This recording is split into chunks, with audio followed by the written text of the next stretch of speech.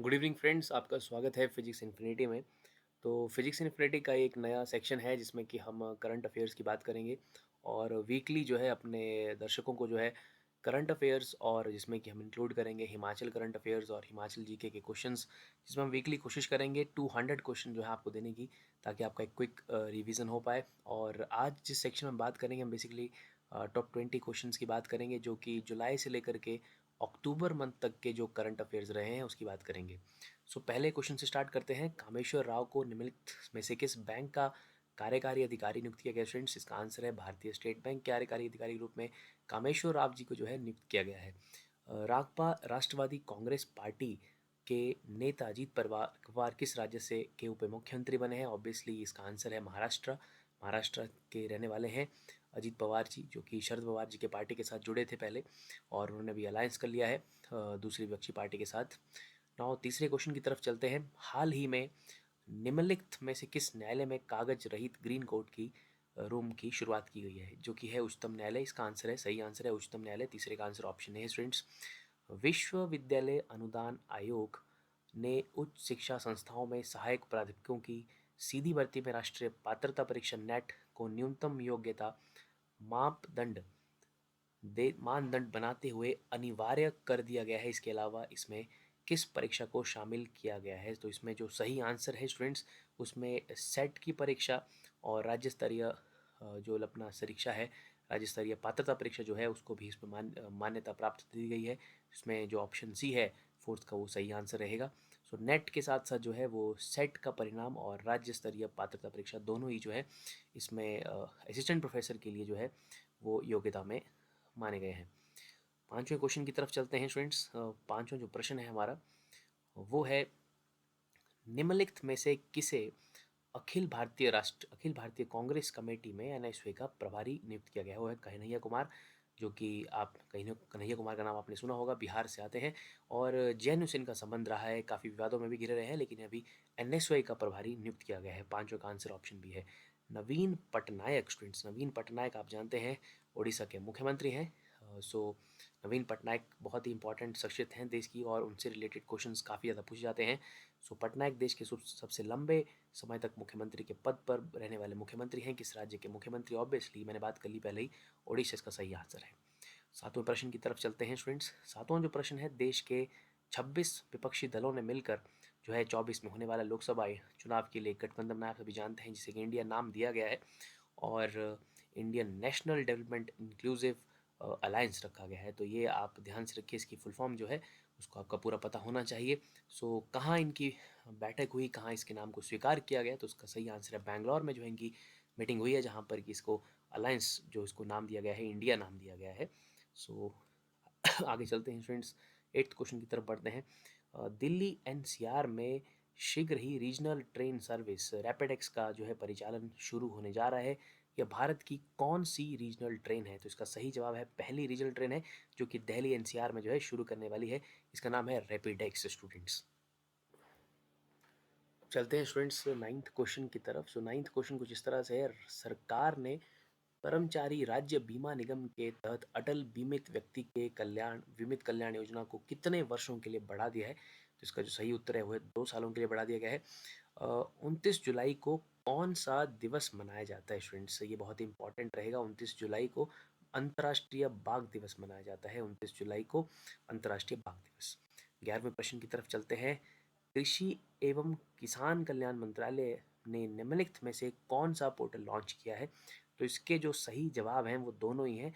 Yes tag manual भी किया गया है और विंड्स भी किया गया है। बेसिकली ऑप्शन सी जो है इसका सही आंसर रहेगा। कृषि और कल्याण मंत्रालय द्वारा जो है ये जो है पोर्टल लॉन्च किया गया है। यस टैग मैनुअल और विंड्स नाम से इसको इसका नाम दिया गया है। 12वें प्रश्न की तरफ चलते हैं स्टूडेंट्स। 12वां जो प्रश्न है, निम्नलिखित में से किसने हाल ही में भारतीय तटरक्षक बल के आईसीजी के 25वें महानिदेशक का पद संभाला है? तो इसका सही उत्तर है राकेश पाल जी ने है सही, जिसका जो पद संभाला है अपने भारतीय तटरक्षक बल के 25वें महानिदेशक के रूप में। ये 25वां वर्ड भी इंपॉर्टेंट रहता है। 25वें महानिदेशक बने हैं राकेश पॉल जी। 12वें का सही उत्तर है students option D, Rakesh Pal ji. 13वें प्रश्न की तरफ चलते हैं। भारतीय जीवन बीमा निगम का नया प्रबंध निदेशक किसे नियुक्त किया गया है? स्टूडेंट्स, ये बात आप ध्यान में रखेंगे, जितनी भी नियुक्तियां हैं ये सारी जो है अभी रिसेंट हैं, और ये हम जो बात कर रहे हैं जुलाई से लेकर के, जून के बाद समझ लीजिए जुलाई से लेकर के अक्टूबर तक के करंट अफेयर्स की जो है हम यहाँ पर आपसे बात कर रहे हैं। भारतीय जीवन बीमा निगम का नया प्रबंध निदेशक किसे नियुक्त किया गया, उसका आंसर है सतपाल भानु। तो ये नाम जो है आपको याद रखने होंगे। सतपाल भानु जो है, जो जीवन बीमा निगम से रिलेटेड है, आप ऐसे याद रख सकते हैं, भानु मतलब सूर्य, सूर्य हमें नया जीवन देता है, तो सतपाल भानु जी जो है हमारे नए प्रबंध निदेशक हैं। और ऊपर हमने बात किया तट रक्षक बल की, तो ये राकेश पाल जी हैं। सो तट रक्षक बल जो है, बल से आप समझ सकते हैं कि पालने से रिलेटेड है, तो ये हमें पाल ही रहे हैं एक तरह से, आप समझिए कि जो हमारे फौजी हैं, हमारे जो भी हमारी रक्षा करते हैं, तो इस तरह से आप कोड बना के इसको याद रखने में रख सकते हैं। तो 14वें प्रश्न की तरफ चलते हैं स्टूडेंट्स। जो 14वां प्रश्न है वह हाल ही में केंद्रीय मंत्रिमंडल ने निम्नलिखित में से किस विधेयक को मंजूरी दी है, तो है जन विश्वास विधेयक स्टूडेंट्स। तो सी जो है इसका सही उत्तर है। केंद्रीय मंत्रिमंडल ने जन विश्वास विधेयक को जो है पारित किया है, इसको मंजूरी दी है। So option C is the correct answer for question number 14। 15वें सवाल की तरफ बढ़ते हैं।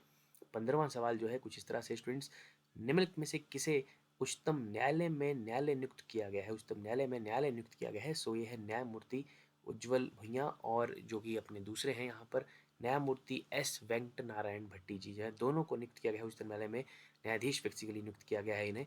सो इसको हम ए और बी दोनों ऑप्शन कहेंगे, यानी कि हम इसे सी ऑप्शन देंगे। 15 का जो आंसर है स्टूडेंट्स वो सी है।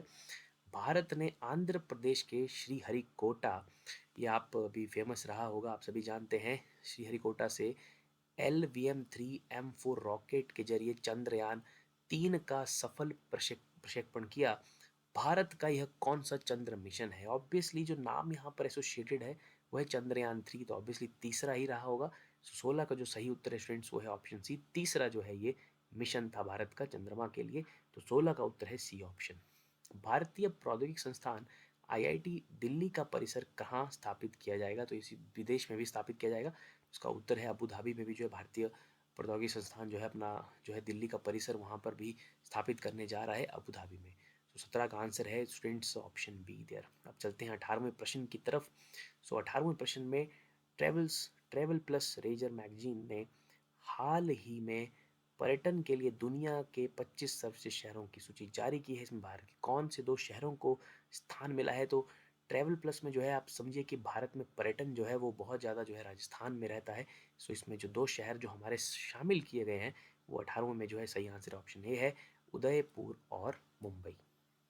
सो स्टूडेंट्स अब चलते हैं आज के आखिरी 2 प्रश्नों में। आज हम 20 क्वेश्चन की बात करेंगे। सो 19 में जो है हाल ही में निर्मला सीतारमन जी की अध्यक्षता में GST काउंसिल की कौन सी बैठक आयोजित की गई, तो इसका सही उत्तर है 50वीं बैठक थी दोस्तों ये, निर्मला सीतारमन जी की अध्यक्षता में हुई है GST की काउंसिल की बैठक। सो 50वीं, C option is the answer, इसका सही आंसर है सी। अब चलते हैं 20वें प्रश्न की तरफ students. World cities colour foam का हिस्सा बनने वाला भारत का पहला शहर कौन सा है? सो ये इसका आंसर है Bangalore. Bangalore is the correct answer for this question. Thank you very much.